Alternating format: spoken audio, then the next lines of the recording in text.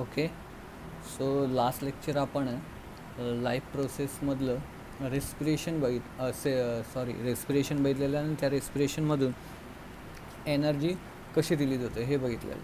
काही लोकांनी डाऊट विचारलेले, खूप छोटे छोटे डाऊट होते, तरी आपण एक डाऊट सेशन घेऊया. तर त्यातल्या त्यात एकाने विचारलं की ट्रिप्सिनचं फंक्शन काय. एक लक्षात घ्या, पुस्तकात दिलं तेवढं कवर करा. ट्रिप्सिनचं फंक्शन आहे डायजेशन ऑफ प्रोटीनला पचवण्याचं काम ट्रिप्सिन करतं. एकाने क्वेश्चन विचारलेलं. दुसरं म्हणजे एकाने विचारलं व्हॉट इज एरोथ्रोसाइट्स. तर एरोथ्रोसाइट्स म्हणजे काय.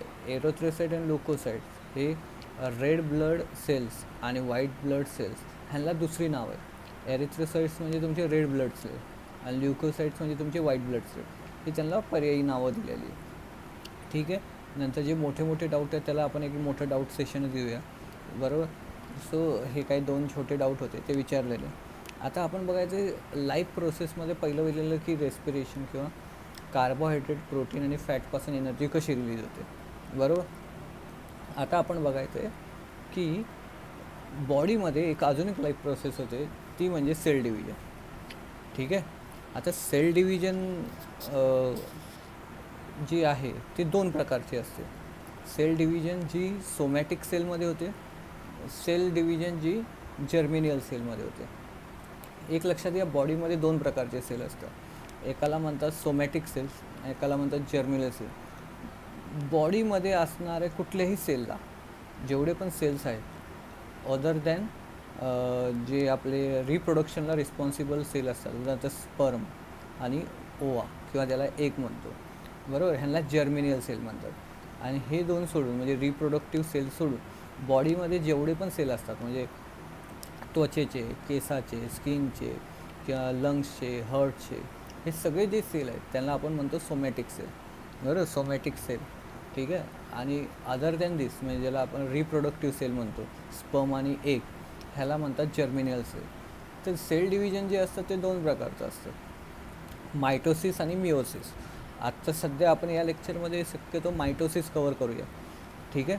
सो मायटोसिस आणि मिओसिस हे दोन प्रकारचं सेल डिव्हिजन असतं. मायटोसिस म्हणजे जे बॉडीतल्या कुठल्याही सेलमध्ये होतं. आता पहिलं म्हणजे तुम्हाला सेल डिव्हिजन आय होप सगळ्यांना माहिती आहे सेल डिव्हिजन म्हणजे काय असतं. ठीक आहे. सेल डिव्हिजन म्हणजे काय की तुमचे जे सेल असतात जुने ते डिवाईड होतात, तुकडे होतात आणि त्याच्यापासून दोन सेल तयार होतात, ह्याला म्हणतात सेल डिव्हिजन, बरोबर. तर बॉडीमध्ये हे सेल डिव्हिजन दोन प्रकारचं होतं, दोन प्रकारच्या सेलमध्ये होतं. एक तुमचे जर्मिनियल सेल आणि एक म्हणजे सोमॅटिक सेल. सोमॅटिक सेलमध्ये जे सेल डिव्हिजन होतं, सोमॅटिक सेल म्हणजे बॉडीमधले कुठलेही सेल अदर दॅन तुमचे रिप्रोडक्टिव्ह सेल सोडून, ह्याला सोमॅटिक सेल. त्याच्यामध्ये होतं मायटोसिस. काय होतं. मायटोसिस. आणि जे रिप्रोडक्टिव्ह सेल असतात एग आणि स्पर्म, ह्याच्यामध्ये जे सेल डिव्हिजन होतं त्याला असतं ते म्हणजे मिओसिस, बरं. ते काय असतं. मिओसिस. सो आपण सेल डिव्हिजन बघणार आहोत. सेल डिव्हिजन किती प्रकारचं आहे. मायटोसिस आणि मिओसिस दोन प्रकारचं आहे. ठीक आहे. क्वेश्चन विचारला जातो, give the difference between mitosis आणि मिओसिस. मायटोसिस हे कुठं होतं. सोमॅटिक सेल किंवा स्टेम सेल्समध्ये होतं. ठीक आहे. सोमॅटिक सेल म्हणजे बॉडीमधले कुठलेही cell, lungs, heart, brain, skin, हे सोमॅटिक सेल. आणि तुमचे जर्मिनियल सेल म्हणजे कुठले. तुमचे रिप्रोडक्टिव्ह सेल, ज्याला आपण स्पर्म आणि एग म्हणतो. ठीक आहे. सो ह्या दोन प्रकारचं. त्याच्यामध्ये पहिलं जे आहे मायटोसिस ते बघणार आहे. आता सेल डिव्हिजनचं मेन एम काय. सेल डिव्हिजनचं मेन एम आहे की तुमच्या सेलची बॉडीमध्ये जेवढे पण सेल आहे त्याची एक लाईफ असते. एक पर्टिक्युलर लाईफनंतर ते सेल मरतात, मग त्या जागी नवीन सेल आले पाहिजेत, कळते. नंतर तुमच्या डे टू डे ॲक्टिव्हिटी असतात, बरोबर. त्याच्यामध्ये काही सेल डॅमेज होतात किंवा रिटार्ड होतात, बरोबर. मग ते सेलची भरपाई झाली पाहिजे, बरोबर. मग ती सेलची भरपाई कशी होते. सेल डिव्हिजनने, बरोबर. म्हणजे काय, तुमचे जे बॉडीमधलं जे ज्या जखमा आहेत त्या भरून. आता जखमा होणे म्हणजे काय. समजा तुमची स्किन आहे, स्किनवर एखादी जखम झाली तर म्हणजे काय, तिथले सेल सगळे डॅमेज झाले, मग आता तिथे नवीन सेल आले पाहिजे. मग ते नवीन सेल येतात कसं. सेल डिव्हिजनने एकापासून दोन असे नवीन सेल तयार होतात आणि असे सेल भरून तिथली जी जखम भरली जाते म्हणजे नवीन सेल तयार होतात. मग असं बॉडीमध्ये भरपूर इंटरनली भरपूर असं रिटार्डेशन होत असतं, असं जेव्हा काही लोक जिम करतात तर त्यांचे ज्या नस असतात, जे जिम करून काय होतात, रिटायर्ड होतात, फाटतात, मग ते परत भरण्यासाठी नवीन सेल आले पाहिजेत. ओके. सो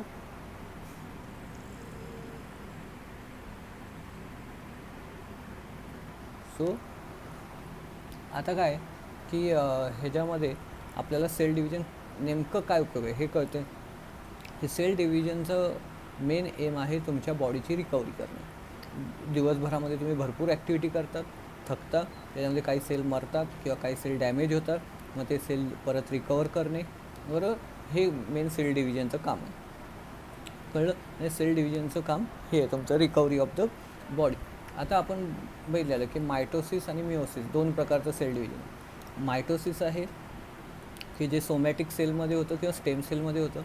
मिओसिस आहे जे फक्त आणि फक्त रिप्रोडक्टिव्ह सेलमध्ये होतं. कळलं. तर तुम्हाला एक क्वेश्चन आवर्जून विचारला जातो, give the difference between mitosis and meiosis.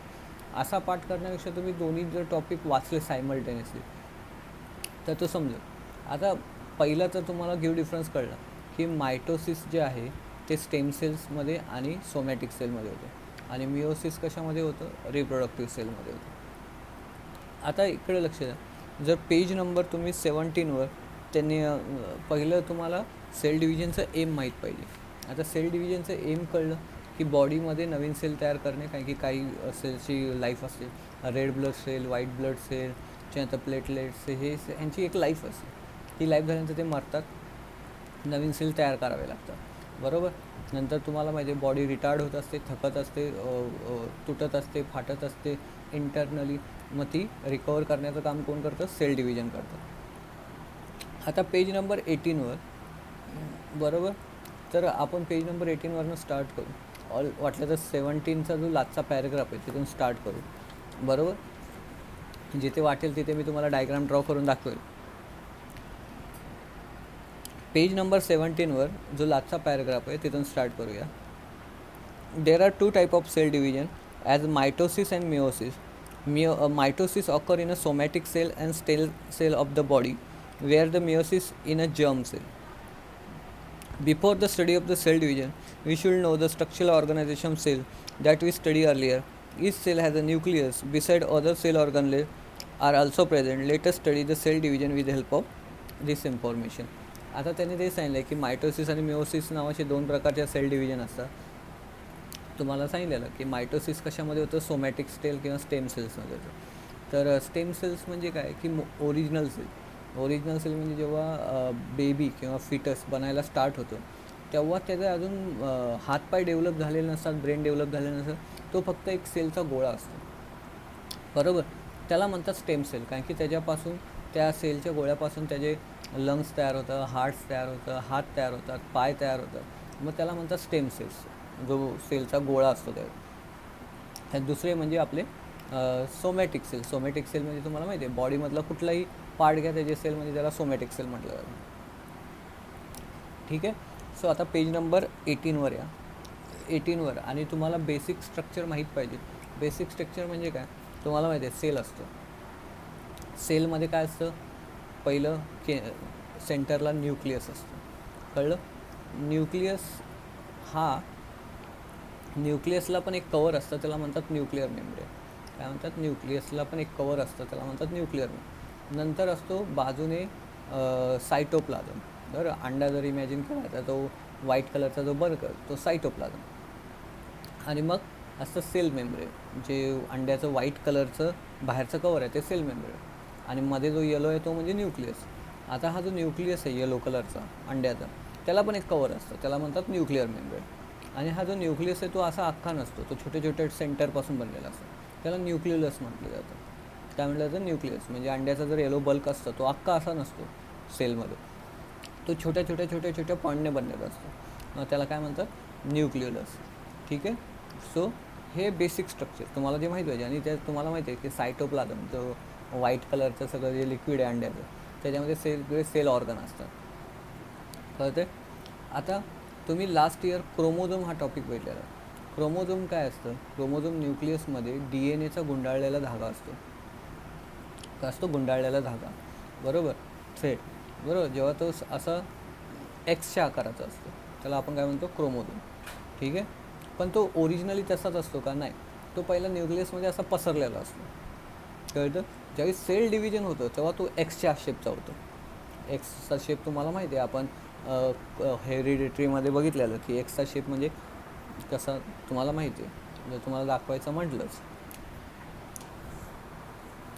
जर बघा बेसिक स्ट्रक्चर की ह्याच्यामध्ये बघा, हे न्यूक्लियस आहे, असं छोट्या छोट्या न्यूक्लियसने बनलेलं आहे, ह्याला न्यूक्लियस म्हणतात.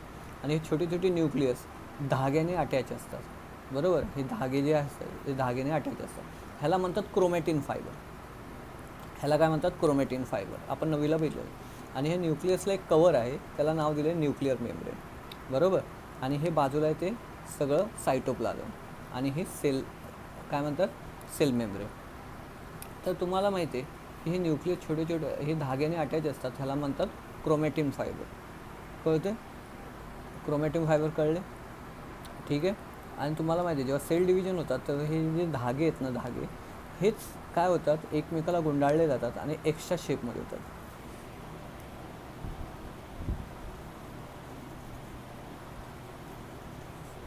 बघा तुम्ही असं आपण 9thला बघितलं होतं की एक्सच्या शेपमध्ये काय असतो? क्रोमोझोम असतो, बरोबर. आपण असं बघितलेलं क्रोमोझोम. ठीक आहे. सो हे तुमचे क्रोमोझोम, हे कळलं. हे मेन बेसिक तुम्हाला माहीत पाहिजे. आता आपण बघूया थेअरी 1 बाय 1 पॅरेग्राफ मी बघत जातो, एक एक वाचत जातो.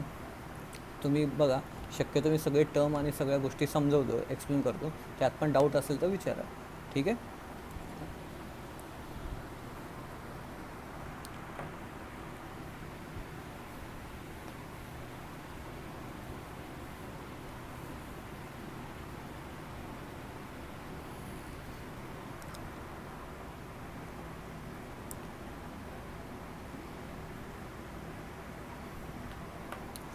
बघा पेज नंबर जी 18 आहे, 18मध्ये जी पहिली लाईन आहे, before the any type of cell division the cell double up it chromosome number present in a nucleus that is chromosome number is 2n, it double up to 4n. कुठलंही sale division start होण्यापूर्वी त्यांनी काय सांगितलं, जे number of chromosome असतात, क्रोमोझोमची संख्या double होते. म्हणजे जर ते 2n असतील तर ते किती होतात? 4n होतात. म्हणजे समजा ना, आपल्याला माहिती आहे किती पेअर असतात टोटल? 23 पेअर असतात, बरोबर. 23 पेअरच्या किती पेअर होणार? 46 पेअर होणार. का? कारण की एक लक्षात घ्या, सेल डिव्हिजनमध्ये अर्धा भाग एका सेलपासून 2 सेल तयार होतात. म्हणजे इथे 46 झाल्यानंतर 23 इकडं गेले, एका सेलमध्ये 23 इकडं, टोटल संख्या 23 कायम राहिली. कळलं? तुम्हाला माहिती आहे की कुठल्याही सेलमध्ये जे पेअर क्रोमोझोमच्या पेअर असतात ते 23 असतात, आणि टोटल नंबर ऑफ किती असतात? 46. मग कुठलंही सेल डिव्हिजन स्टार्ट होण्यावर पेअर ज्या 23 असतात त्या 46 पेअर होणार. कळलं? 46 पेअरमधल्या 23 पेअर एका सेलमध्ये गेल्या, 23 पेअर एका ह्याच्यामध्ये गेले, म्हणजे प्रत्येक सेलमध्ये 23 पेअर बरोबर राहील. सो हे लक्षात ठेवा, कारण की कधी कधी विचारतात. आता a pair of each type of chromosome is present in a 2n condition, where the single chromosome of each type present in a n condition and their structure like one of the shown figure.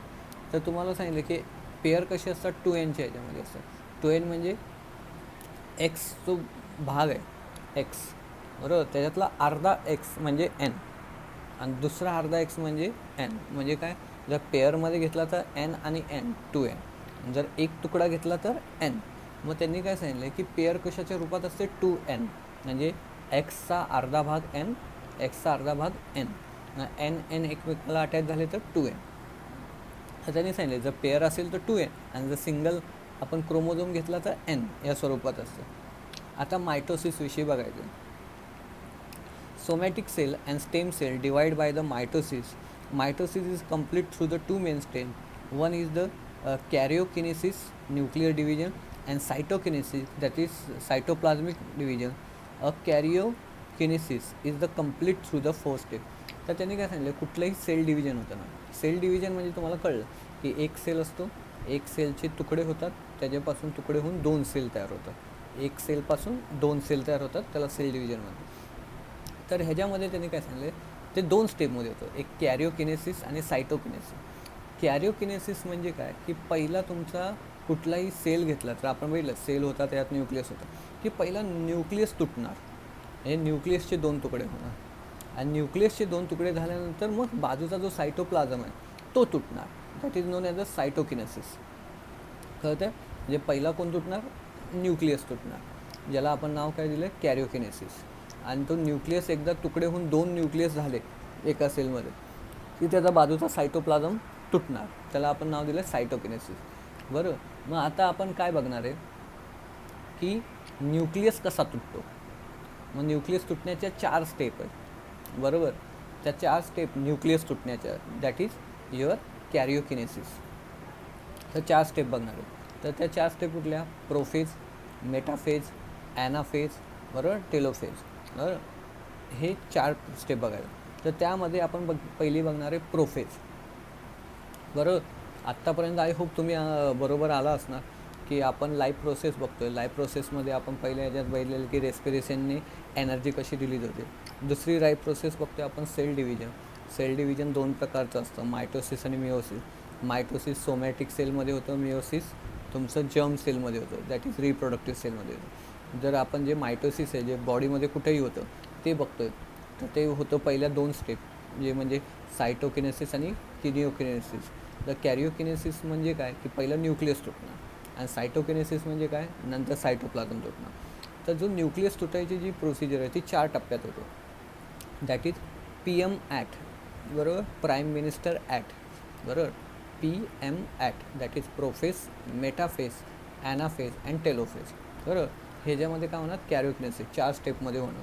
तर त्याच्यामध्ये पहिलं जे prophase आहे ते आपण बघूया काय. त्याच्यामध्ये ए प्रोफेज म्हणून दिलं आहे, मी वाचतो बघा. In a prophase, condensation of basically thin thread like chromosomes start. Due to this, they become short and thick, and they start to appear along with their pair of sister chromatid. Centriole duplicate, and each centriole move to the opposite pole of the cell, and nuclear membrane and nucleolus start to disappear. आता हे त्यांनी भरपूर गोष्टी एकत्र सांगितलेल्या आहेत, त्या मी तुम्हाला नीट सांगतो की काय एक्झॅक्टली त्यांनी सांगितलं आहे. की पहिलं त्यांनी सांगितलं की इन अ प्रोफेस कंडेन्सेशन. आता जर आपण डायग्राम तुम्हाला मी दाखवली होती,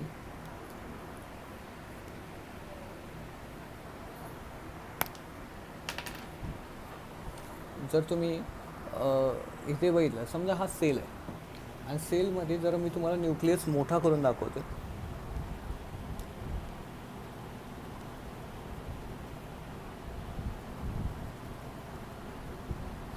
बरोबर. ही आहे न्यूक्लिअर मेम्ब्रेन. न्यूक्लियसला कवर केलेली वॉल त्याला न्यूक्लिअर मेम्ब्रेन म्हणतात. आणि मी तुम्हाला सांगितलं की हा न्यूक्लियस अख्खा नसतो, ह्याच्यामध्ये छोटे छोटे न्यूक्लियस असतात. बरोबर.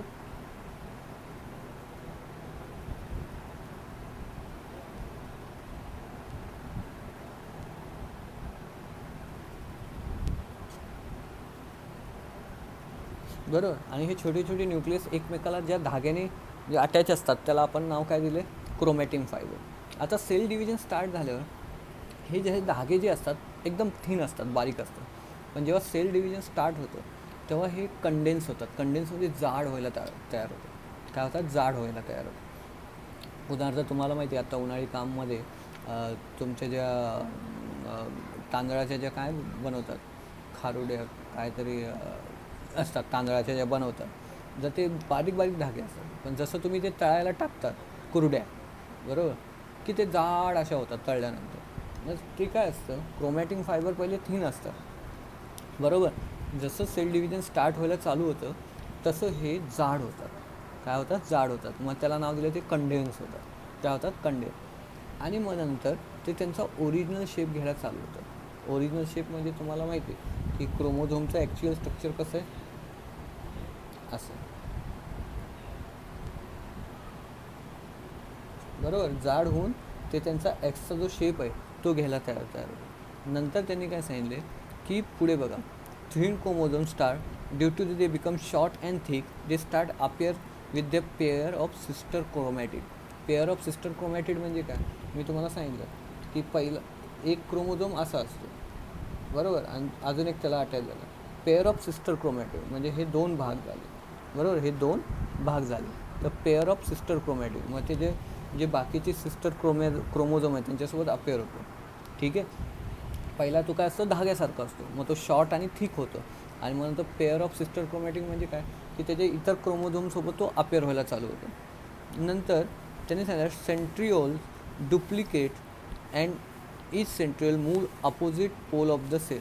सेंट्रिओल म्हणजे इथे एक न्यूक्लियस असतो, इथे एक पार्ट असतो, त्याला म्हणतात सेंट्रिओल. काय असतो, ह्याला म्हणतात सेंट्रिओल. हा डुप्लिकेट होतो. डुप्लिकेट म्हणजे एका सेंट्रिओलचे 2 सेंट्रिओल होते, बरोबर. And they start move toward the pole. Pole म्हणजे तुम्हाला माहिती आहे 2 पोल असतात कुठल्याला, नॉर्थ पोल आणि साऊथ पोल. इथे असं काही नाही, पण इथे हे 2 पोल आहेत. मग हे काय होतात, पोलकडे मूव्ह होतात. काय होतात, पोलकडे मूव्ह होतात. म्हणजे एक सेंट्रिओल इकडे गेला आणि एक सेंट्रिओल साऊथ पोलला गेला, बरोबर. मग त्यांनी काय सांगितलं, centriole duplicate each centriole move opposite pole of the cell. Nuclear membrane and nuclear layer start disappearing. आणि ही जी न्यूक्लिअर मेम्ब्रेन आहे, म्हणजे न्यूक्लियसला असणारी ही मेम्ब्रेन आहे, ती डिसेपिअर व्हायला चालू होते. डिसेपिअर म्हणजे गायब व्हायला चालू होते, बरोबर. म्हणजे धुंदली होते एकदम, बरोबर. आणि हे जे न्यूक्लिओलस आहेत, म्हणजे आतमध्ये जे छोटे छोटे न्यूक्लियस होतात, ते पण डिसेपिअर व्हायला होतं. म्हणजे काय होतं, की ही न्यूक्लिअर मेम्ब्रेन काय झाली, गायब व्हायला चालू झाली. आणि हे सेंट्रिओल्स कुठं गेले, पोलपाशी गेले. ही आहे तुमची पहिली प्रोफेज, कळतं आहे. सो ही आहे प्रोफेज.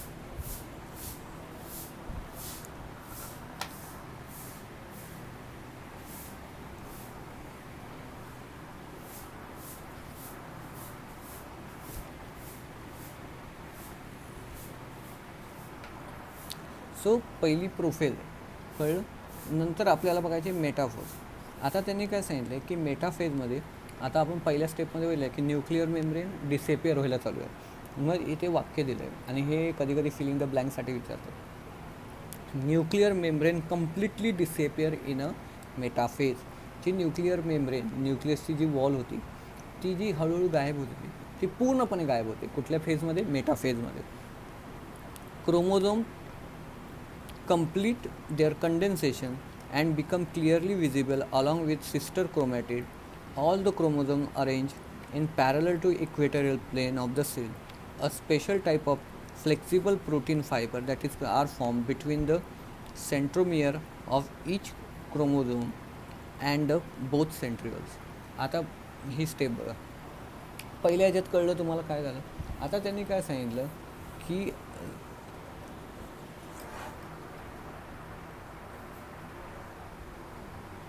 न्यूक्लिअर मेम्ब्रेन कम्प्लिटली गायब झाली आणि जे क्रोमोझोम होते त्यांनी त्यांचा जो एक्स्ट्रा शेप आहे तो पूर्णपणे घेतला, बरोबर. मग आता मी तुम्हाला ते काढून दाखवतो.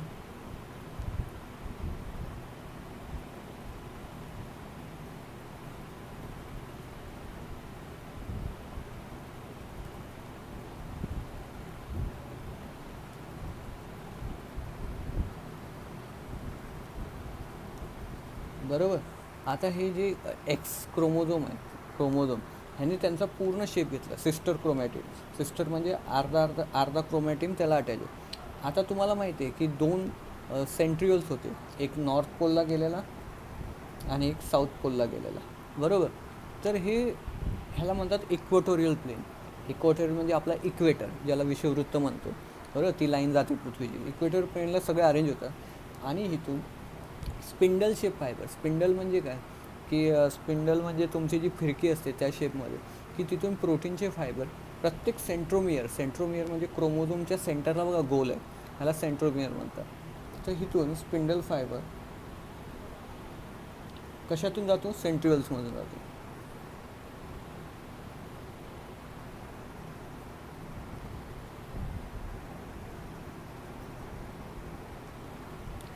कळलं.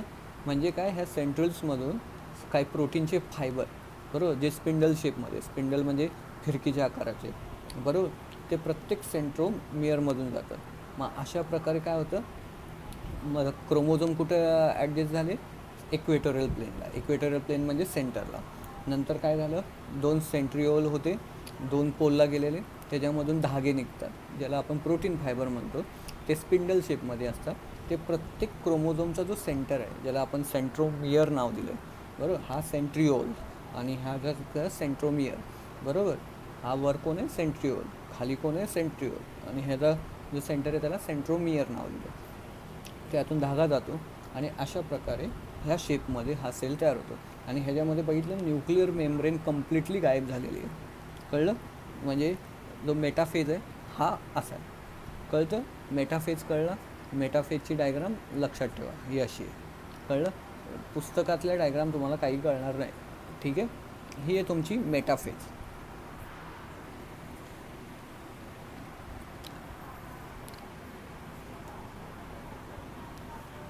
सो आता आपण पुढचा टप्पा बघूया, दॅट इज ॲनाफेज. काय बघूया आपण? Anaphase. In anaphase centromere split, म्हणजे जो मध्ये क्रोमोझोमचा जो सेंटर आहे ज्याला आपण सेंट्रोम आहे तो स्प्लिट होतो, तुटतो. And their sister chromatid of each chromosome separate and they pull apart in a opposite direction with help of spindle fibre. Separated and sister chromatid are called daughter chromosome. Chromosome being pulled appear like bunch of banana. In this way, each set of chromosome reach to opposite pole of the cell. आता ह्याच्यामध्ये बघा, ह्याच्यामध्ये जो centre दिसतो प्रत्येकाचा, ह्याला centromere, हा break होतो. काय होतो? ब्रेक होतो. त्यामुळे अर्ध फूल जे आहे ते वर, अर्ध फूल खाली. ह्यालाच आपण नाव काय दिले? Sister chromatid. बरोबर? हे कोण आहे? Sister chromatid. तर हे सेंटर काय होतो? तुटतो. आणि मग हे जे आहेत ते वरचा जो अर्धा पार्ट आहे वर जातो, खालचा अर्धा पार्ट खाली जातो. आणि हे वर जात असताना हे काय वाटतं? बंच ऑफ बनाना, एक केळ्याचा गच्चा कसा असतो तसा वाटतं. बरोबर? तुम्हाला मी ड्रॉ करून दाखवतो.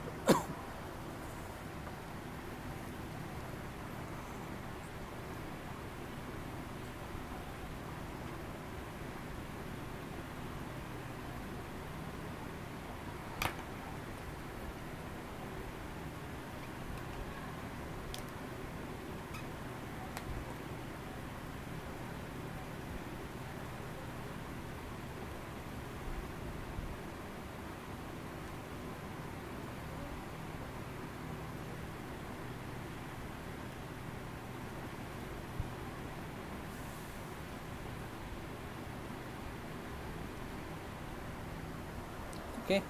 सो हे होता मधला जो सेंटर आहे तो तुटला आणि अर्धा पार्ट सिस्टर क्रोमॅटिम आहेत, हे ह्यांना सिस्टर क्रोमॅटिम आहे. अर्धा पार्ट हे जे स्पिंडल फायबर आहे ते वर खेचतात, अर्धा पार्ट आहे तो स्पिंडल फायबर खाली खेचतात. अशा प्रकारे हे काय होतात? एकमेकांपासून वर. मग हे बंच ऑफ बनानासारखं वाटतं. केळ्यांचं कसं बंच असतो तसं बंच ऑफ बनानासारखं वाटतं की एकमेकांपासून सेपरेट होतं.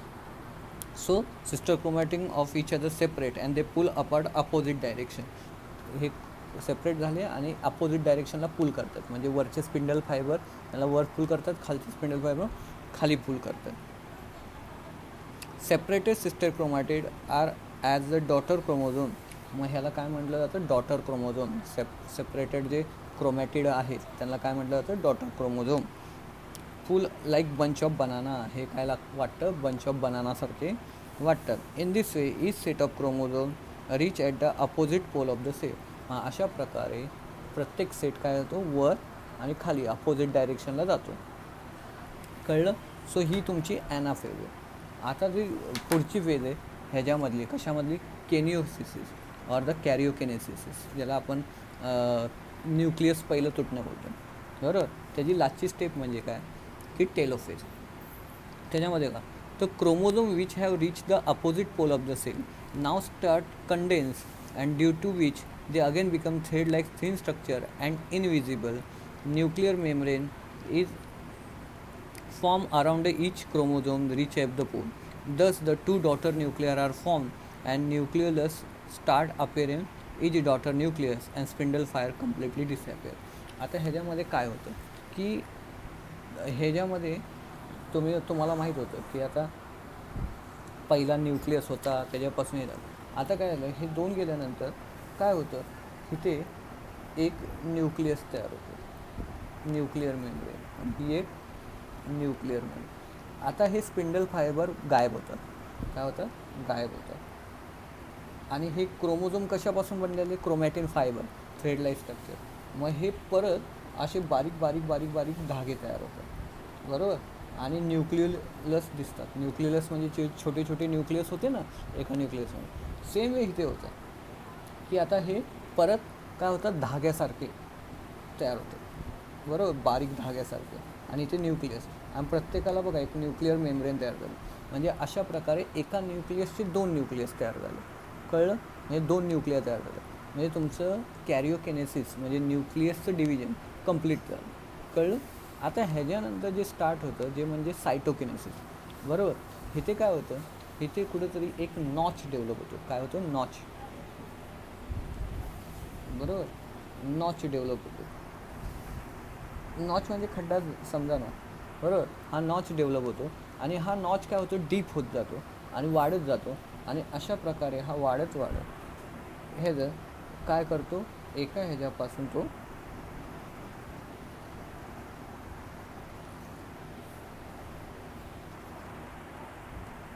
तुमचे दोन सेल तयार होतात. म्हणजे काय की तुमचं जेव्हा सायटोकिनेसिस होतं, नॉच डेव्हलप होतो, तर एका सेलपासून 2 सेल तयार होतात. अशा प्रकारे 2 सेपरेट सेल असे तयार होतात. कळतं? मग हे आहे तुमचं सायटोकिनेसिस. कळलं? म्हणजे टेलोफेज कळलं. लास्टला बघा, the chromosome which have reach the opposite pole of the cell now start decondense due to which they again become thread like structure. मग त्याने काय सांगितलं की अपोजिट पोलला जे क्रोमॅटिन गेलेले ते आता डिकंडेन्स होतात. डिकंडेन्स म्हणजे काय की परत ते बारीक धाग्यांसारखे व्हायला चालू होतं, बरोबर. आणि थ्रेड लाईक झाल्यानंतर ते इनविजिबल म्हणजे ते एवढे बारीक होतात की दिसत नाही. नंतर nuclear membrane is form around each sale. म्हणजे वर गेलेले क्रोमोझोम आहे, खाली गेलेले क्रोमोझोम, त्यांच्या भोवती काय तयार होते, न्यूक्लिअर मेम्ब्रेन तयार होते. म्हणजे काय, 2 न्यूक्लियस आता तयार झाले आणि त्याच्यापासून 2 डॉटर न्यूक्लियर तयार झाल्या. नंतर न्यूक्लियस अल्सो अपिअर इच डॉटर न्यूक्लियर. आणि प्रत्येक 2 न्यूक्लियसमध्ये न्यूक्लियस दिसायला चालू होतं. न्यूक्लियस मी तुम्हाला सांगितलं की कुठलाही न्यूक्लियस असा अख्खा बनलेला नसतो, छोट्या छोट्या न्यूक्लियसपासून बनलेला असतो. मग दोन्ही सेलमध्ये काय न्यूक्लियस दिसायला चालू होतं. मग अशा प्रकारे कॅरिओकिनेसिस कंप्लीट होतं आणि सायटोकिनेसिस बिगिन होतं. तर त्याच्यामध्ये सांगितलं की cytoplasm divide by the cytokinesis and 2 new cell are form which are called daughter cell. त्यांनी काय सांगितलं, सायटोकिनेसिसमध्ये तुमचा सायटोप्लाझम तुटतो आणि 2 नवीन सेल वेगळे सेपरेट तयार होतात. In this process notch is form equatorial plane of the cell with depend gradually. मग त्यांनी काय सांगितलं की इक्वेटोरियल पार्ट जो इक्वेटरचा जो पार्ट आहे तिथे एक नॉच तयार होतो. आपण बघितलं नॉच, खड्डा तयार होतो आणि तो डिपन होत जातो, तो खोल होत जातो. आणि अशा प्रकारे तो खोल होत काय होतं, त्या 2 न्यूक्लियस जे आतमध्ये तयार झाले ते 2 न्यूक्लियस वेगळे होतात, बरोबर. म्हणजे एका सेलपासून हा न्यूक्लियसवाला एक सेल, हा न्यूक्लियसवाला दुसरा सेल, असे किती सेल तयार होतात, 2 सेल तयार होतात. मग अशा प्रकारे सायटोकिनेसिस कंप्लीट होतं. आणि अशा प्रकारे आपण बोलतो की आपलं मायटोसिस नावाचं जे सेल डिव्हिजन जे सोमॅटिक सेलमध्ये होतं, बरोबर, किंवा स्टेम सेलमध्ये होतं, ते कंप्लीट झालं. मग त्याने एक लास्टला लाईन दिली, mitosis essential for the growth of the body. जर आपल्या बॉडीची ग्रोथ व्हायची असेल तर ते आवश्यक आहे. Beside necessary for the restoration of the emaciated body, wounded, healing, formation of blood cell. मग त्यांनी काय सांगितलं की बॉडीची ग्रो व्हायची असेल, मसल्स ग्रो करायचे असतील किंवा सेल ग्रो करायचे तर सेल डिव्हिजन मायटोसिस आवश्यक आहे. नंतर त्यांनी सांगितलं एमॅन्सिपेशन ऑफ द बॉडी. रिस्टोरेशन म्हणजे काय, जी आपली बॉडी थकते, तुटते, डॅमेज होते, त्यासाठी वाउंडेड अँड हिलिंग. तुम्हाला मी सांगितलं की एखादी जखम झाली तर इथले सेल काय झाले, डॅमेज झाले. मग तिथे नवीन सेल आले पाहिजेत. मग सेल डिव्हिजन होऊन एका सेलपासून 2 सेल डॅमेज सेल काय करतात, ते हील करतात, ती जखम भरतात. Formation of blood cell. Formation of blood cell मी तुम्हाला सांगितलं की बॉडीमध्ये प्रत्येक सेलची एक लाईफ आहे.